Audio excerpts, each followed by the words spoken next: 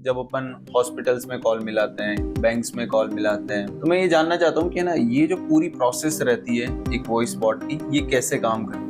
Basically इस service को अपन बोलते हैं IVR service, interactive voice response, जिसको अपन बोलते हैं, जिसमें आप मल्टीपल कॉल लैंड एक साथ करवा सकते हैं, मल्टीपल लोकेशंस पे कॉल लैंड करवा सकते हैं। तो कस्टमर जो कॉलिंग करता है उसको लगता है कि ठीक है, मैंने किसी ब्रांड और अच्छी कंपनी मार्केटिंग लेवल में कंपनी में कॉल किया है, जेन्युइन कंपनी में कॉल किया है। इस IVR को अप्लाई करने से पहले और बाद में इस बिजनेस पे कितना फर्क पड़ता है?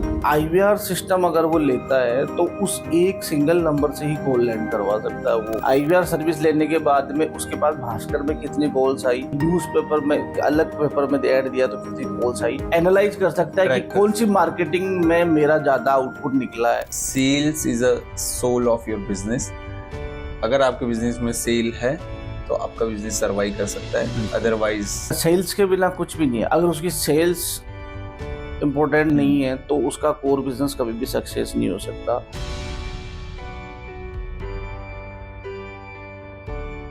आज के हमारे गेस्ट एक ऐसे एंटरप्रेन्योर हैं जिन्होंने टेक्नोलॉजी को सिर्फ बिजनेस ही नहीं, एक मीडियम बनाया है एक बहुत बड़ा इम्पैक्ट लाने का। आज हम इनसे बात करेंगे उनकी फाउंडर जर्नी के बारे में, उनके बिजनेस चैलेंजेस के बारे में और किस तरह से वो टेक्नोलॉजी का फ्यूचर देखते हैं। तो चलिए स्वागत करते हैं हम मिस्टर दीपक कुमार शर्मा का, who is a founder of Sinthan technology. तो सिर्फ 500-700 रुपए लेके आपने स्टार्ट किया था और अपना घर छोड़ा था, तो उस समय कभी आपको ऐसा महसूस हुआ कि यार ये मैं बहुत बड़ा रिस्क ले रहा हूँ, या आप एकदम कैलकुलेटेड रिस्क ले रहे थे? कैलकुलेटेड रिस्क तो नहीं बोल सकते इसको, ये तो एक मजबूरी थी कि ठीक है, फैमिली प्रेशर है, घर से निकलना है इस टाइम और आगे की लाइफ के बारे में सोचना है। स्टडी लेवल तक अपन ने सोचा, ठीक है, अब स्टडी लेवल के बाद में वो आगे का भी सोचता है कि यार ठीक है, अब अपने को लाइफ को सेकंड पार्ट पर डिवाइड करना है और अर्निंग वाला पार्ट अपने को देखना है कि अपन पैसे कहाँ से कमा सकते हैं। और बात है पैसों की, 500-700 रुपए की, तो मजबूरी में पैसे थे ही उतने ही, तो अपन उतने से स्टार्ट कर सकते हैं। उसमें कोई वो डिसीजन तो था नहीं कि अपने पास की कैलकुलेशन डिसीजन लेके अपन क्या ठीक है इतने पैसे अपन बना सकते हैं, ऐसा कुछ तो पॉसिबिलिटी थी नहीं। बट डिसीजन ये था कि यार मजबूरी थी, बेसिकली बात देखा जाए तो मजबूरी में हमें घर से निकलना पड़ा और निकल के खुद को आगे बढ़ाने के लिए सेकंड पार्ट में अपने को स्टार्ट करने के लिए सोचा। कौन सी एज में आप निकले थे घर से? अराउंड 2012 की बात है। 2012 में लगभग मैं 19 साल का था। उस 19 साल के टाइम पे घर से निकल गया था। 19 की एज में? 19 की एज में। घर से निकलने के बाद ऐसा कौन सा फर्स्ट काम था या फर्स्ट जॉब थी जो आपने स्टार्ट की? घर से निकलने के बाद में सबसे पहले तो जयपुर आया। जयपुर आके यहाँ पे सोचा कि यार ठीक है, अब अपने को करना क्या है। तो किसी 1-2 दिन किसी दोस्त के पास स्टे किया, फिर कोई फैमिली मेम्बर रहते हैं उनके पास स्टे किया, फिर वहाँ पे सेकंड दूसरे तीसरे दिन अपने को जॉब स्टार्ट करनी सोची। फिर किसी ने रेफरेंस दिया तो किसी कॉल सेंटर में अपना जॉब स्टार्ट करी कॉल सेंटर में। तब जाके लगा कि यार ठीक है, अब अपन कुछ कर सकते हैं, तो वो स्टार्ट थी। अब वो जॉब भी एक अजीब सी जॉब थी जिसको अपन बोल सकते हैं। अराउंड में ओवर टाइम करके लगभग 12 घंटे की मैं जॉब करता था और 12 घंटे की जॉब के अलावा 3 से 4 घंटे मेरे ट्रैवलिंग में जाते थे। तो लगभग 16 घंटे तो मैं जॉब और ट्रैवलिंग में पूरा कर देता था। बाकी मेरे लाइफ के मेरे पास 8 घंटे से बचते थे। क्या ठीक है, इस 8 घंटे को अपने को सोने में भी यूज करना है, खाना भी है, बाकी सारी चीजें भी मैनेज करनी है। एंड उस वक्त आपकी सैलरी कितनी थी जब फर्स्ट जॉब ज्वाइन करी? उस टाइम मेरी सैलरी थी 5400 रुपये। 5400 रुपये सैलरी थी और ओवर टाइम करके लगभग 6-7 हज़ार रुपये मिल जाते थे। वो एक टिपिकल टास्क था, बट उस टाइम के लिए फर्स्ट अर्निंग थी तो दिमाग में वही था कि यार ठीक है, अपने को करना ही है और कोई ऑप्शन था नहीं लाइफ में उसके अलावा, क्योंकि मजबूरी में घर से निकले तो ऑप्शन था ही नहीं। जॉब करने के अलावा दूसरा उपाय था नहीं। पैसे आएंगे कहाँ से? फैमिली वालों ने तो डिनाई कर ही दिया था कि यार पैसे हमारे पास कुछ है नहीं, तो जो करना है खुद को ही करना है। तो लगभग 5400 सैलरी से स्टार्ट किया। नाइस। अभी आपके लगभग 1000 प्लस क्लाइंट्स हैं, लेकिन आपने जब आपकी जर्नी की स्टार्ट की थी 2012 में, तो उस वक्त आपका माइंडसेट कैसा था? उस टाइम मेरा माइंडसेट तो जॉब करने का ही था, बट मैंने माइंडसेट एक चीज क्लियर थी कि जिस बैकग्राउंड फैमिली से मैं आता हूँ, मेरे को आगे उस बैकग्राउंड फैमिली में तरीके से नहीं रहना। आगे मेरे को कुछ बदलना है, फैमिली को बदलना है, बैकग्राउंड्स को बदलना है और चीज़ों को कन्वर्ट करना है। तो उस टाइम तो सोच इतनी थी कि यार जॉब ही ऑप्शन है, इसके अलावा कोई दूसरा ऑप्शन है नहीं अपने पास में। एंड जब आपने घर छोड़ा, फैमिली छोड़ी, जॉब स्टार्ट करी, उसके बाद आपको कब ऐसा लगा कि यार मुझे है ना ये जॉब छोड़नी है, अब मुझे लाइफ में कुछ और करना है? उस जॉब के बाद में तो बहुत सारी जॉब चेंजेस करी। अच्छा। उस फील्ड को छोड़ा, उसके बाद कंस्ट्रक्शन फील्ड में आए, कंस्ट्रक्शन से फील्ड से फिर सेल्स फील्ड्स में आए, सेल्स फील्ड के बाद में एक आईटी फील्ड में गए। आईटी फील्ड के बाद डिसीजन लिया कि यार ठीक है, अब जॉब इनफ हो चुकी, और वो लगभग उस टाइम 4 साल का टाइम भी निकल गया था। 4 साल के टाइम में इतनी सीख तो मिल गई थी कि जॉब से मेरे को सिर्फ एक लिमिटेड पैसा मिल सकता है। अब मेरे को स्टार्ट करना है न्यू जर्नी।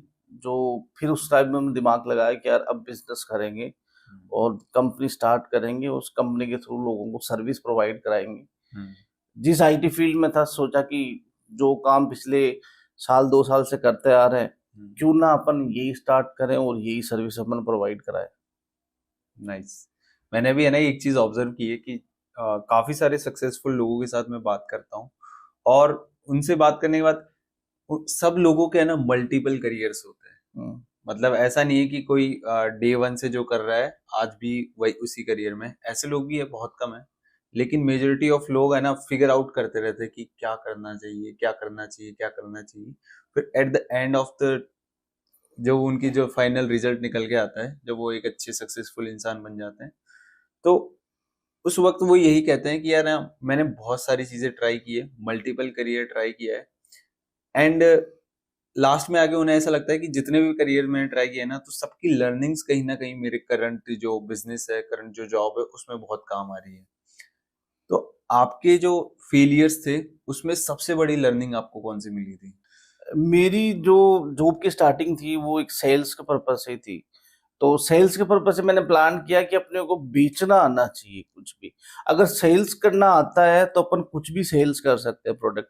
मैंने स्टार्टिंग से लेके एंड तक जो भी सेल्स की करी, और जब मैंने बिजनेस स्टार्ट किया तो मैंने वो पॉइंट मेरे पार्टनर के साथ मैंने खुद पे रिस्पेक्ट, वो पॉइंट मैंने खुद डिसाइड किया कि हाँ मैं सेल्स करूंगा, बाकी फील्ड्स आपको मैनेज करने हैं, सेल्स की फील्ड मेरे को देखनी है और सेल्स ही मैं करना जानता हूँ, सेल्स ही कर सकता हूँ। सेल्स ऐसी स्किल थी जो आपने सीखी उस वक्त, और अभी आपको अभी भी लगता है कि यार ये वो चीज है जो मेरे आज तक काम आ रही है? बिल्कुल। अपन कह सकते हैं सेल्स के बिना कुछ भी नहीं है। अगर जब अपन किसी भी कंपनी में स्टार्ट करते हैं, जॉब करते हैं, या कोई भी प्रोडक्ट है XYZ किसी भी कंपनी का, अगर उसकी सेल्स इम्पोर्टेंट है नहीं है तो उसका कोर बिजनेस कभी भी सक्सेस नहीं हो सकता। अगर किसी को कोर बिजनेस सक्सेस करना है तो उसके लिए उसकी सेल्स बहुत जरूरी है, और सेल्स के बाद बाकी चीजें मैनेज होती है। अगर सेल्स ही नहीं होगी तो आप ब्रांडिंग किस चीज की कर लोगे, टीम किस चीज की मेंटेन कर लोगे। तो मेरे अकॉर्डिंग सबसे ज्यादा इम्पोर्टेंट पार्ट आता है सेल्स, देन उसके बाद में सर्विस। एग्जैक्टली।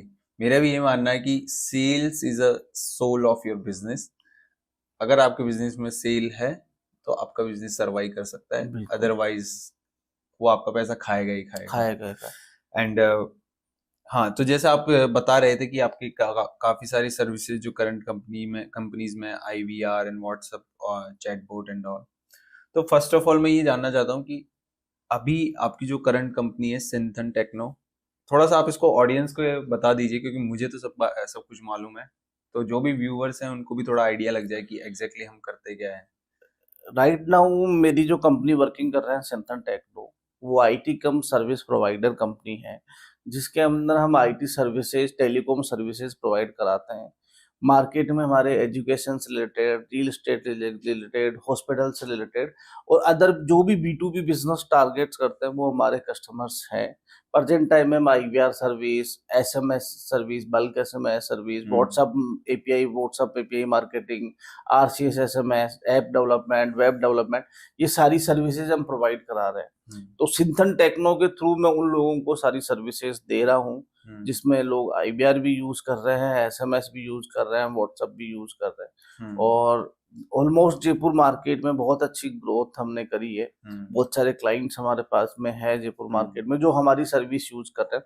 उन लोगों के लिए भी मैं ये सोचता हूँ कि यार ठीक है, मेरे को आज मैंने उनको सेल कर दिया, अब मेरे को सर्विस में उनको इम्पोर्टेंट पार्ट्स दिखाना है और सर्विस मुझे बेस्ट से बेस्ट देनी। नाइस।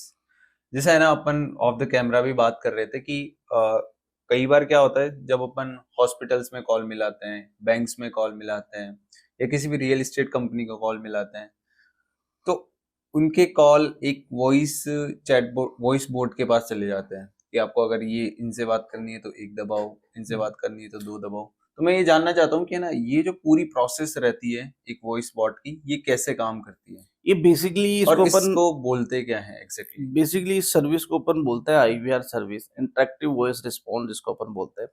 ये क्या करता है, एक सिंगल पायलट नंबर आपकी टोटल बिजनेस कॉल लैंड करवाता है। मार्केट में आपका जो पब्लिश नंबर होगा वो सिंगल पायलट नंबर होगा। उस पायलट नंबर के थ्रू मल्टीपल कॉल्स लैंड होती है।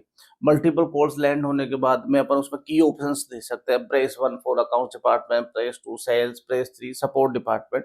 और ब्रांचेज वाइज भी इसको सेलेक्ट कर सकते हैं, press 1 for Jodhpur branch, press 2 for Jaipur branch, press 3 for Dehradun branch. तो आईवीआर एक ऐसा सिस्टम, मल्टीपल क्लाउड्स ऐसा सिस्टम है जिसमें आप मल्टीपल कॉल लैंड एक साथ करवा सकते हैं, मल्टीपल लोकेशंस पे कॉल लैंड करवा सकते हैं।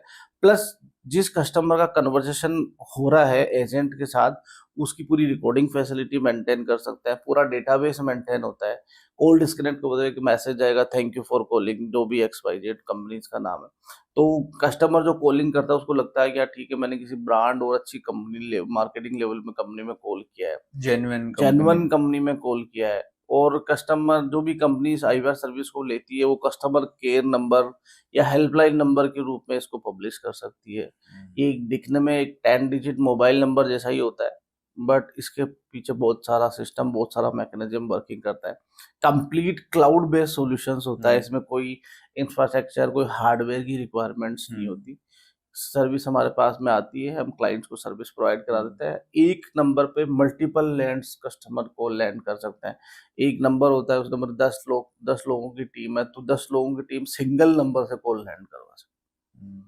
तो ये एग्जैक्टली कर मतलब प्रोसेस क्या रहती है इसके पीछे? आप कुछ सॉफ्टवेयर्स यूज करते हैं या कोई सिस्टम्स आपने बना रखे हैं? किस तरह से, थोड़ा सा डीप में आप बताना चाहेंगे? बेसिकली ये पूरा सिस्टम पीआरआई और सॉफ्टवेयर पे बेस्ड होता है। हम जो मोबाइल नंबरों से नॉन मोबाइल नंबर की कॉल्स को फॉरवर्ड करते हैं पीआरआई पे, और पीआरआई के थ्रू अपन कॉल लैंड करवाते हैं, जिसको पीआरआई को अपन सिप लाइन भी बोल सकते हैं, पीआरआई लाइन भी बोल सकते हैं। आज पहले जो पीआरआई चलती थी, आज वो सिप लाइन पे यूजेज चल रहे हैं। और कंप्लीट क्लाउड बेस्ड सेंटर होता है कि पूरा जो कॉल से पहले मेरा डेटा सेंटर पे आएगा, मेरा डेटा सेंटर के थ्रू फिर मैं कॉल्स रूट करूंगा एग्जीक्यूटिव के नंबर पे, और आप का पूरा कन्वर्जेशन रिकॉर्ड्स करेंगे, डेटाबेस मैनेज करेंगे। तो कंप्लीट क्लाउड बेस्ड सॉल्यूशंस और पीआरआई बेस्ड सॉल्यूशंस है, जिसमें बहुत सारे सॉफ्टवेयर्स लगते हैं। प्लस क्लाउड कनेक्टिविटी के लिए अपने को पीआरआई और सिपलाइन यूज करना है। नाइस। 90% बिजनेसेस है ना, वो इसीलिए फेल हो जाते हैं क्योंकि वो मार्केटिंग ठीक से नहीं करते। अब जैसे आपने एक आईवीआर मार्केटिंग की एक टेक्निक बताई है, तो इस आईवीआर को अप्लाई करने से पहले और बाद में किसी बिजनेस पे कितना फर्क पड़ता है? नॉर्मली कोई भी बिजनेस है वो नॉर्मली अपना एक नंबर पब्लिश करता है कस्टमर को कनेक्ट करने के लिए, कि इस नंबर पे रीच आउट करे और हमारी कंपनी से कनेक्ट करे। अब सपोज इन दैट किसी क्लाइंट ने न्यूज़पेपर ऐड दिया है, एसएमएस मार्केटिंग करी है, सोशल मीडिया मार्केटिंग करी है, और सोशल मीडिया मार्केटिंग में मल्टीपल कॉल्स लैंड होना स्टार्ट होंगे।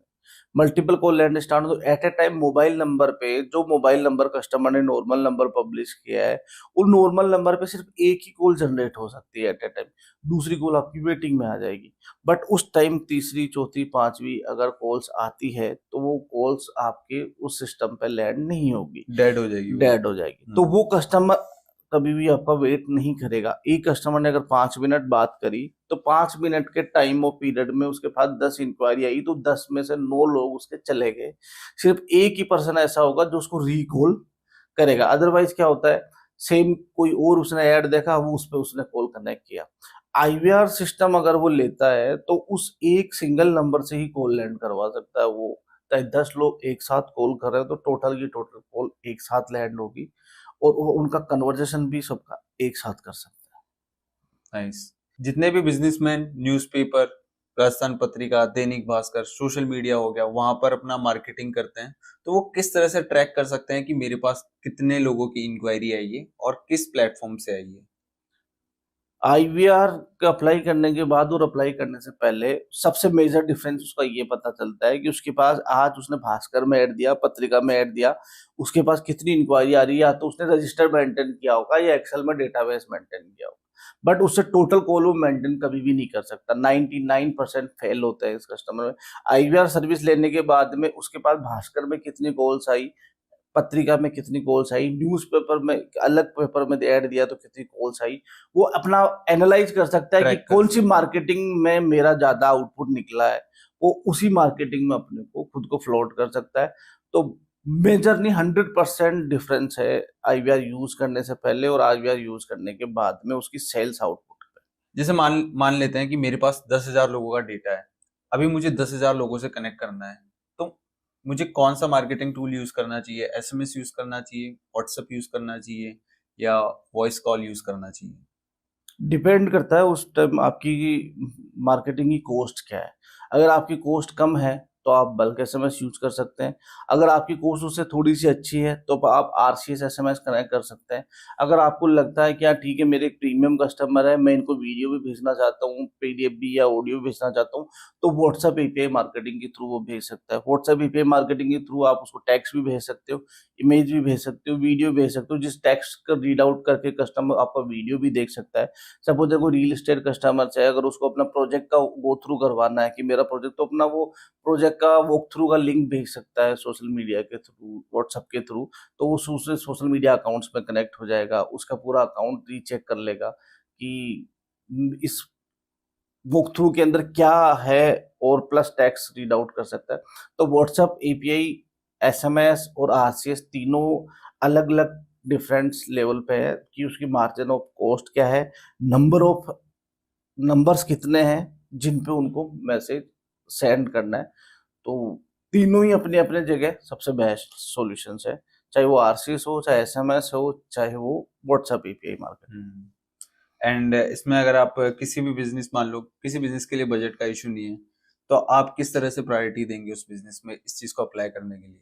सबसे पहले उसको बल्क एसएमएस टारगेट करना चाहिए। बल्क एसएमएस के थ्रू उसके फिल्टर्स कस्टमर्स हो जाएंगे। सपोज एंड दैट उसने लगभग 1 लाख लोगों को टारगेट किया, तो 1 लाख लोगों में से जितनी भी इंक्वायरी जनरेट हुई, 10,000 लोगों की इंक्वायरी जनरेट हुई, तो उसको व्हाट्सएप के लिए रीमार्केटिंग के लिए अपने को व्हाट्सएप एसएमएस और आरसीएस एसएमएस कर सकता है। तो उन 10,000 लोगों से वो व्हाट्सएप और आरसीएस और एसएमएस के थ्रू कनेक्ट करके अपना आउटपुट निकाल सकता है। क्या ये जो स्टार्टअप्स है या कोई बिजनेस स्टार्ट कर रहा है उनके लिए भी ये चीज काम करती है? ये चाहे बिजनेस स्टार्ट कर रहा है उसके लिए भी एक चीज काम करती है, चाहे वो ओल्ड बिजनेस हो, स्टार्ट ऑलरेडी सेटल्ड बिजनेस हो, उसके लिए भी ये काम करेगी, और चाहे वो मीडियम लेवल का बिजनेस हो उसके लिए भी काम करेगी। ये स्ट्रेटेजी ऐसी है जिससे मैक्सिमम सेल्स जनरेट करने में आपका इफेक्ट होता है। और सेल्स, चाहे वो स्टार्टअप हो, चाहे वो मिडिल क्लास बिजनेस हो, चाहे वो अपर लेवल बिजनेस हो, सबको सेल्स चाहिए और कस्टमर से टच चाहिए। तो सारी सर्विसेज मेरे अकॉर्डिंग सबको यूज करना चाहिए। 3 स्टेप्स में बताइए कि अगर किसी भी रियल एस्टेट कंपनी के पास लीड्स आ रही है लेकिन डील्स क्लोज नहीं हो रही, तो उस केस में आप उसके सिस्टम को किस तरह से फिक्स करेंगे? सबसे पहले तो मैं उस सिस्टम पे एक आईवीआर सिस्टम अप्लाई करने के लिए बोलूंगा। आईवीआर सिस्टम के थ्रू उसकी जो जितनी भी कॉल्स आएगी पूरा मैनेज होगा, कितना डेटाबेस से कॉल्स आ रही है, रिकॉर्डिंग्स क्या है, उसकी टीम की मॉनिटरिंग पर्पस से भी रिकॉर्ड कर सकते हैं। तो फर्स्ट स्टेप तो मैं उसमें आईवीआर अप्लाई करूंगा। सेकंड स्टेप मैं उसका अप्लाई करूंगा कि वो सोशल मीडिया के थ्रू लोगों को कनेक्ट कर सके और लोग सोशल मीडिया पे एड्स रन कर सकते हैं, जिसके थ्रू उसके पास लीड जनरेट हो। ये तो आईवीआर और सोशल मीडिया एड्स के थ्रू वो लीड जनरेट कर सकता है। और उसके बाद वो एसएमएस, व्हाट्सएप और आरसीएस एसएमएस के थ्रू वो उसको रीच आउट करके उसमें से सेल्स निकाल सकता है। और इसमें कुछ ऐसा प्रोसेस भी है कि रेगुलर वो उसको नर्चर कर सके, मतलब लीड्स आ गई, अब उसको वीकली एक मैसेज भेजना है या मंथली एक वो मैसेज वीकली मैसेज भेजना चाहे वीकली मैसेज भेज सकता है, वो डेली मैसेज भेजना चाहे वो डेली मैसेज भेज सकता है। डीएल गवर्नमेंट ने 3 कैटेगरीज अलग अलग बना रखी है एसएमएस के अंदर। एक एसएमएस में कि डीएनडी नंबर पे एसएमएस नहीं जाना चाहिए। एक होता है प्रमोट डीएनडी, जिसमें डीएनडी कुछ प्राइमरी प्राइवेसी डीएनडी होती है कि लोग प्रेफर करते हैं कि मेरे पास रियल एस्टेट का मैसेज नहीं आया, बट उसके बाद एजुकेशन का मैसेज चला जाता है। तो थर्ड कैटेगरी होती है कि उसको प्रमोशनल मैसेज ही जाता है। तो तीनों कैटेगरी में जिस भी टारगेट कस्टमर्स होंगे उस टारगेट कस्टमर को लोगों को वो टारगेट कर सकता है, रीच आउट कर सकता है, वो सेल्स निकाल सकता है। एंड इस जैसे आप पूरे एक रियल एस्टेट बिजनेस का फिक्स कर सकते हैं, इसके अलावा आप ऐसे कौन कौन सी कैटेगरीज है जिन बिजनेसेस को आप फिक्स कर सकते मैं रियल एस्टेट के अलावा कोई भी बिजनेस हो उस बिजनेस को फिक्स कर सकते हैं हैं? अपन। जैसे जैसे एजुकेशन डिपार्टमेंट में हो, जो कॉलेज हो, हॉस्पिटल्स हो, यूनिवर्सिटीज हो, ये एजुकेशन मेडिकल कॉलेज हो, उन एजुकेशन सेक्टर में हम अप्लाई कर सकते हैं। हॉस्पिटल्स में अप्लाई कर सकते हैं, मेडिकल डिपार्टमेंट अप्लाई कर सकते हैं। कोई ई कॉमर्स कंपनी है, ई कॉमर्स कंपनीज को अपन टारगेट कर सकते हैं। वो मैन्युफैक्चरर्स है, मैन्युफैक्चरिंग कस्टमर केयर नंबर की रिक्वायरमेंट है तो मैन्युफैक्चरर्स को अपन टारगेट कर सकते हैं। तो ये ऐसी सर्विस है हमारे पास में तो लगभग हर बिजनेस में अप्लाई हो सकती है। नाइस। एंड अभी तक आप किन किन के साथ काम कर चुके हैं? अभी हम सारी कैटेगरीज में हमने क्लाइंट्स बनाए हैं, चाहे वो रियल एस्टेट हो उस कैटेगरी में भी है, एजुकेशन में भी है, हॉस्पिटल्स कैटेगरीज भी है, मैन्युफैक्चरिंग कैटेगरीज भी है। और ऑलमोस्ट अच्छा कवर अप हमने जयपुर मार्केट्स में किया है और जयपुर के बाहर भी हम रीसेलिंग पर्पज से सेल कर रहे हैं प्रेजेंट टाइम। सो अगर कोई भी अपने बिजनेस में बल्क मैसेज का यूज करना चाहता है तो पहली चीज तो मेरे को ना ये महसूस होता है कि आज के जमाने में एसएमएस डेड हो चुके हैं, तो इसमें कितना एक्चुअल में रियलिटी है और क्या ये ऐसा तो नहीं है, आपके पास बैंक्स के मैसेज आते हैं, आप रीड आउट करते हैं। करते हैं? बिल्कुल। सपोज दैट आपको लैपटॉप परचेज करना है और उसी टाइम आपके पास लैपटॉप का मैसेज आ रहा है, कोई ऑफर का मैसेज आ रहा है कि 10% डिस्काउंट ऑन लेनोवा लैपटॉप या 10% डिस्काउंट ऑन डेल लैपटॉप, तो क्या उस मैसेज को आप देखेंगे? डेफिनेटली। तो एसएमएस का प्रोस्पेक्ट भी क्लियर है। बल्कि एसएमएस का जिस टाइम जिस यूजर की नीड है उस टाइम उसके पास अगर वो मैसेज जाता है तो उसको वो जरूर देखेगा और जरूर उस पर रिएक्शन करेगा। अगर उसको सपोज अगर किसी को फ्लैट परचेज करना है और उसके पास रियल एस्टेट का मैसेज गया तो 100% उस मैसेज को देखेगा और उस पर इंक्वायरी भी जनरेट करेगा। एसएमएस का प्रोस्पेक्टिव क्लियर है। सो ये जैसे एसएमएस होता है और बल्क मैसेजेस होते हैं तो इनमें भी टाइप्स होते हैं, एक तो प्लेन एक टेक्स्ट होता है, एक इमेजेस वाला होता है, हाँ, तो ये इनमें भी थोड़ा सा टाइप्स। बताइए ऑडियंस एक को। एक एसएमएस होता है जो नॉर्मल ब्रॉडकास्ट के लिए काम में आ सकता है। एक आरसीएस एसएमएस होता है। आरसीएस एसएमएस के थ्रू क्या थोड़ी सी कॉस्ट बढ़ जाती है उसमें, बट उस कॉस्ट बढ़ने के साथ साथ उसके लिंक्स चले जाते हैं, क्लिकेबल लिंक चले जाता है, इमेजेस चला जाता है और क्राउजल वो एक साथ भेज सकते हैं आरसीएस एसएमएस में, जिसको बोलते हैं रिच मीडिया सर्विसेज, जिसमें वो लिंक्स क्लिकेबल लिंक्स के साथ भेज सकता है और इमेज के साथ टेक्स्ट एसएमएस के थ्रू ज्यादा। तो रिसेंटली वो सर्विसेज स्टार्ट हुई है और बहुत अच्छी चल रही है, वो ग्रोइंग सर्विसेज। अगर किसी भी बिजनेस को फास्ट ग्रो करना है तो वो सबसे पहले क्या इंप्रूव करे? मार्केटिंग, सेल्स और बैकएंड सिस्टम? अलग अलग टाइम पे अलग अलग इम्पोर्टेंट पार्ट। सबसे पहले उसको मार्केटिंग स्ट्रॉन्ग करनी चाहिए। मार्केटिंग स्ट्रॉन्ग करेंगे तो उसके बाद मैक्सिमम लीड जनरेट होगी। मार्केटिंग स्ट्रॉन्ग होगी तो लीड्स मैक्सिमम उसके पास जनरेशन आएगी। लीड्स आएगी तो उस लीड्स पे उसको मैक्सिमम सेल्स जनरेट करनी है और मैक्सिमम सेल्स जनरेट होगी तो उसकी बैकएंड टीम से उस सेल्स को इम्प्लीमेंट उसको करवाना है।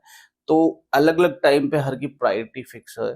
उसको मार्केटिंग भी करनी पड़ेगी, उसको सेल्स भी करनी पड़ेगी और बैकएंड टीम को भी कोर मेंटेन रखना पड़ेगा, तभी वो पूरा सब उसको प्रोडक्ट डिप्लॉय कर सकता है। अदरवाइज वो कस्टमर रिटेन नहीं होगा। ये तो हुई बिजनेस की बात। इसके अलावा आप आपके लिए पर्सनल लाइफ में किस तरह से मैनेज करते हैं इतने सारे क्लाइंट्स को, इतनी बड़ी टीम को? मेरा पर्सनल मानना ये है कि आपकी कोर टीम स्ट्रांग होनी चाहिए। आप सेल्स लेके आए पर अगर आपकी कोर टीम स्ट्रांग नहीं है और वो सेल्स को डिप्लॉय नहीं कर सकते, उसको टाइम पे सर्विस नहीं दे सकते, तो क्लाइंट रिटेन नहीं होगा। अगर क्लाइंट को रिटेन करना है तो उसको बेहतर सर्विसेज देनी पड़ेगी, ज़्यादा आउटपुट उसको निकाल के देना पड़ेगा जिससे क्लाइंट हैप्पी हो और वो आपके पास रिटेन के लिए बिजनेस जनरेट करे। मेरा मोस्टली टारगेट ये होता है कि कोई भी सेल्स अगर आई तो उस सेल्स को अपन रिटेन बिजनेस में कैसे उसको डेवलप कर सकते हैं। तो उसके लिए आपकी कोर टीम स्ट्रॉन्ग होनी चाहिए। जितने लोग आपके पास हो 100% एफिशिएंसी के साथ कंपनी के साथ काम करने चाहिए। और मेरे पास मेरी जितनी भी टीम्स है वो सारी कोर टीम है। जितने भी लोग हैं वो सब 3-3 4-4 साल पुराने लोग हैं जो मेरे साथ जुड़े हुए हैं। कई तो ऐसे भी हैं जिनको मेरे साथ 10 साल हो गए, बिजनेस 10 साल से कंटिन्यूअस मेरे साथ वर्किंग कर रहे हैं। उनको मेरा नेचर समझ में आता है, मेरे को सर्विसेज का नेचर समझ में आता है कि मैं क्लाइंट को कैसे सर्विस दूं। मोस्ट इम्पोर्टेंटली अगर देखा जाए तो मेरा पार्ट ये होता है कि मुझे क्लाइंट को, हैप्पी कस्टमर्स को, उसको सर्वे करना है और उसको ऐसी सर्विस देनी है कि वो 100% मेरे पास वो रिकैन बिजनेस जनरेट कर सके। दीपक जी, आप इतनी बड़ी कंपनी रन कर रहे हैं सिंथन टेक्नो, कभी आपको ऐसा महसूस हुआ कि यार अभी चीजें काम नहीं कर रही, या अभी फ्यूचर में बिजनेस कम हो सकता है, तो इस केस में आप किस तरह से मैनेज करते हैं? देखो, बिजनेस के अंदर अप एंड डाउन आता रहता है। कभी आपकी सेल्स ज्यादा होगी, कभी आपकी सेल्स कम होगी। उसके लिए आपकी टीम की जिम्मेदारी नहीं हो सकती, आपकी सेल्स पर जिम्मेदारी होती है। मार्केट्स में अप एंड डाउन चलते रहते हैं। कभी किस देश का युद्ध हो रहा है, कभी गोल्ड कम हो रहा है, कभी अभी जो जैसे मोदी जी ने स्टेटमेंट दिया कि विदेश यात्रा मत करो, गोल्ड मत खरीदो, पैसा बचा के रखो। तो स्टेटमेंट से बिजनेस में फर्क पड़ता है, हर एक बिजनेस में फर्क पड़ता है, चाहे वो कोई सा भी बिजनेस हो। उसके लिए आपकी कोर टीम जिम्मेदार नहीं है। आपको ये सर्विस देखना है कि कितने टाइम तक आप उसको सरवाइव कर सकते हो। आगे बिजनेस जनरेट हो ही सकता है, अप एंड डाउन हर एक बिजनेस में चलता है और वो होता है अप एंड डाउन। बस आपको सरवाइव करना है कि आप कितने लंबे टाइम तक सरवाइव कर सकते हो। सिंथन टेक्नो में अभी तक मेरे को कभी ऐसा फील नहीं हुआ कि मेरा बिजनेस में अपने को दूसरा ऑप्शंस देखना चाहिए। अदरवाइज ये जरूर हमने देखा कि अब इस इंडस्ट्री में अपन ग्रोथ कर चुके हैं, तो अपने को सेकंड इंडस्ट्रीज के अंदर अपन कैसे ग्रोथ कर सकते हैं, पैरेलल किस इंडस्ट्री में हमें ग्रोथ करनी चाहिए, तो वो डिसीजन हमने जरूर लिया। एग्जैक्टली जैसे आप बात कर रहे हैं कि मोदी जी ने अभी स्टेटमेंट दिया कि गोल्ड मत खरीदो, विदेश यात्राएं मत करो, शादियां कम करो, ये सारी चीजें, काफी सारे स्टेटमेंट्स दिए थे। आपका क्या पॉइंट ऑफ व्यू है उनके स्टेटमेंट्स में? नहीं, कहना गलत नहीं है, मोदी जी का कहना गलत नहीं है। मोदी जी ने जो कहा वो देश की जनता के लिए हित का काम है कि अगर गोल्ड नहीं खरीदेगी तो गवर्नमेंट को गोल्ड बाहर से नहीं मंगाना पड़ेगा, और बाहर से नहीं मंगाएंगे तो इंडियन की जो आउट करेंसीज है, डॉलर जो करेंसी है, विदेशी मुद्राएं जो करेंसी, वो इंडिया के अंदर मैक्सिमम ज्यादा बैंक में होगी। कि विदेश यात्रा नहीं होगी तो इंडिया का पैसा बाहर नहीं जाएगा, डॉलर्स के अंदर कमी होगी, जिससे अपना रुपया भी बढ़ेगा और देश की ग्रोथ, आर्थिक ग्रोथ भी होगी। बट उसके लिए पब्लिक कितना गवर्नमेंट को सपोर्ट करती है, वो एक देखने वाला पॉइंट है।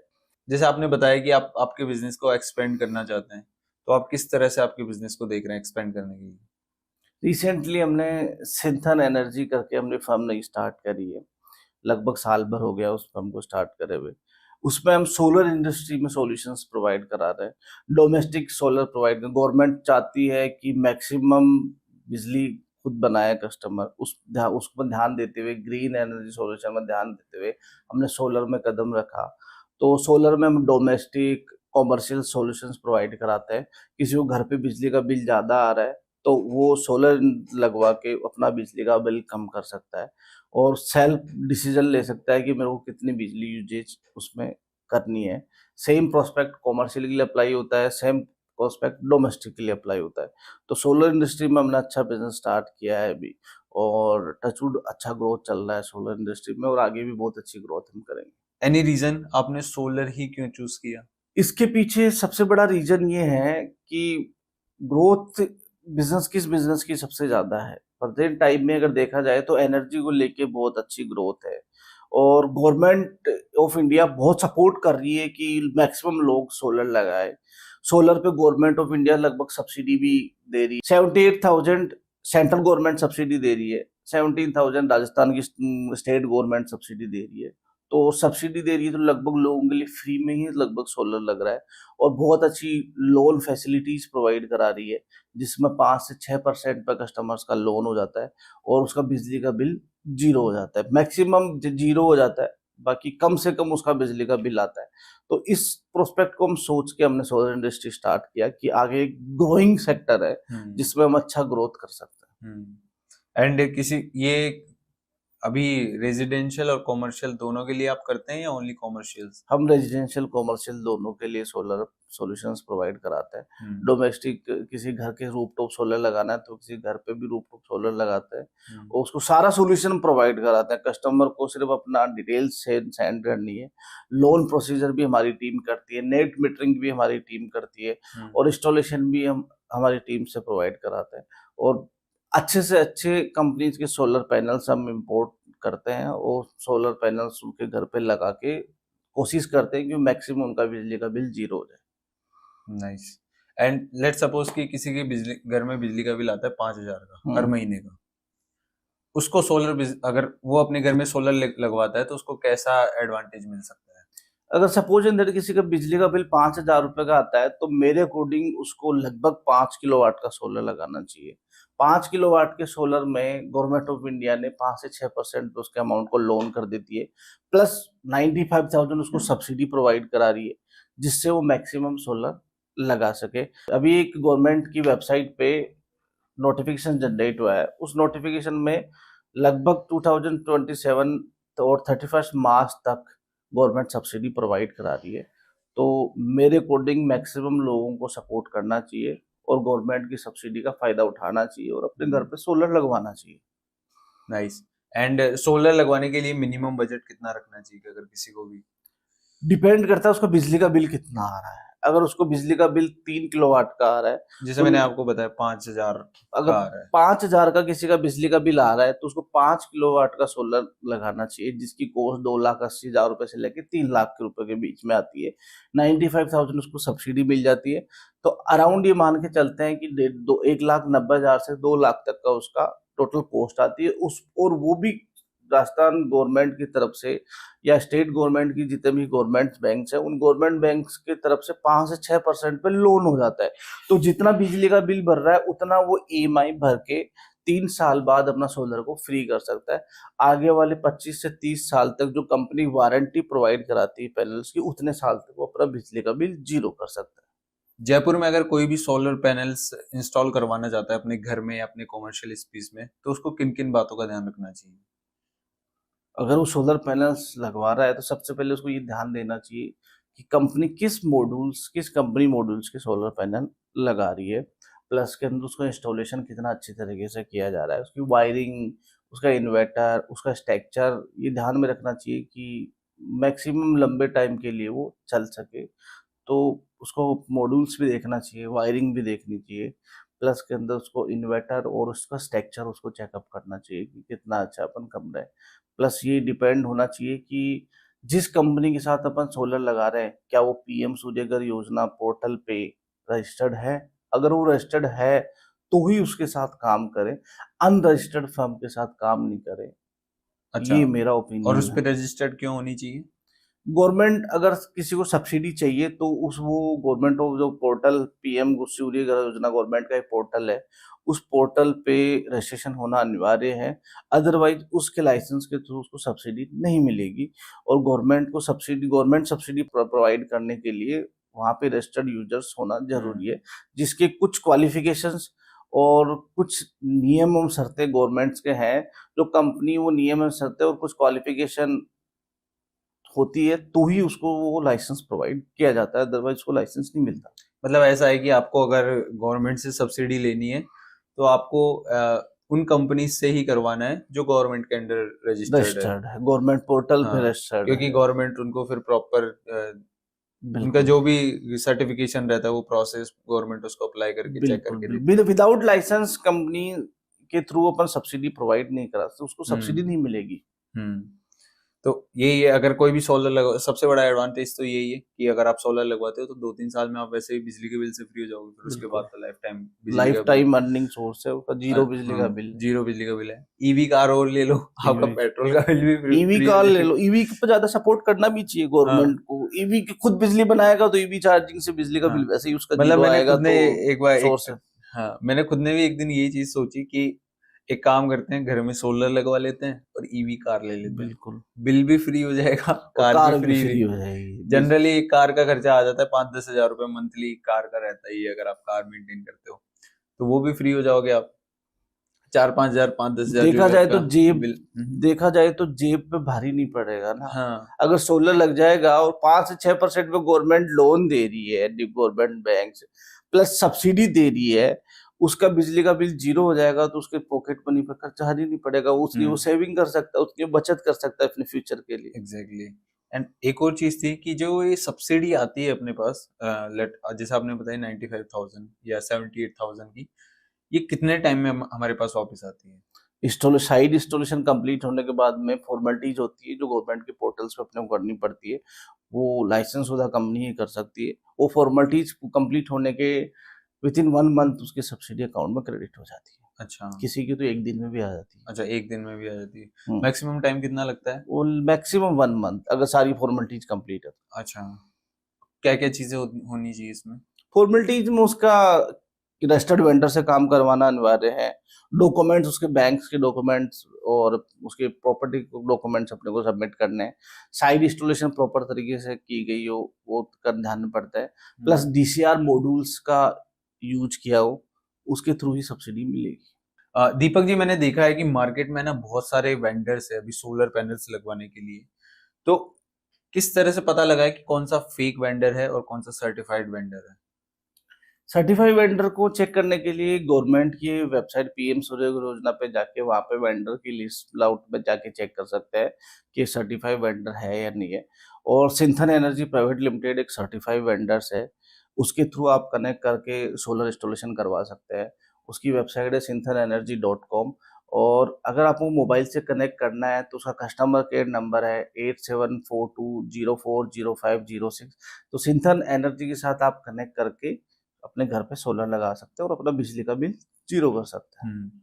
और जो लोग फेक मतलब जेन्युइनली काम नहीं कर रहे मार्केट में, कई जगह मैंने देखा है कि लोकल वो प्लेट्स रहती है उनका भी यूज कर लेते हैं वो। तो उनसे कैसे बचा जाए? सर्टिफाइड वेंडर से ही काम कराओ। सर्टिफाइड वेंडर्स की कंप्लेन आप गवर्नमेंट पोर्टल पे कर सकते हो। अगर उन्होंने आपके साथ कुछ गलत किया है तो गवर्नमेंट पोर्टल पे जाके आप वेंडर्स की कंप्लेन कर सकते हो और वेंडर का लाइसेंस कैंसिल हो सकता है।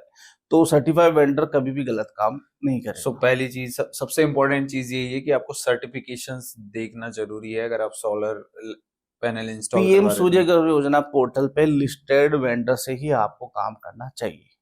आपके साथ बात करके काफी मजा आया। इस पॉडकास्ट को विराम देने से पहले आप क्या ऑडियंस के साथ कोई फाइनल मैसेज शेयर करना चाहेंगे? मैं ऑडियंस को यही कहना चाहता हूँ, देश के साथ रहे। जिस गवर्नमेंट को अपने इलेक्टेड करके वहाँ पे एक सेंटर में बिठाया है, स्टेट में बिठाया है, उस गवर्नमेंट की योजनाओं पे ध्यान रखें और सर्टिफाइड वेंडर के साथ काम करें, अच्छी कंपनी के साथ काम करें जिससे आपका आउटपुट अच्छा निकल सके। ये थी आज की हमारी कन्वर्सेशन दीपक जी के साथ, जो कि फाउंडर है सिंथन टेक्नो एंड सिंथन एनर्जी के। एंड अगर आपको ये पॉडकास्ट अच्छा लगा और कुछ ना कुछ सीखने को मिला तो आप कमेंट करके जरूर से बताएं। और अगर आपको डायरेक्टली दीपक जी से कनेक्ट करना है तो इनकी सारी डिटेल्स आपको डिस्क्रिप्शन में मिल जाएगी, आप वहां जाकर डायरेक्टली इनसे कनेक्ट कर सकते हैं। Thank you so much for watching this video.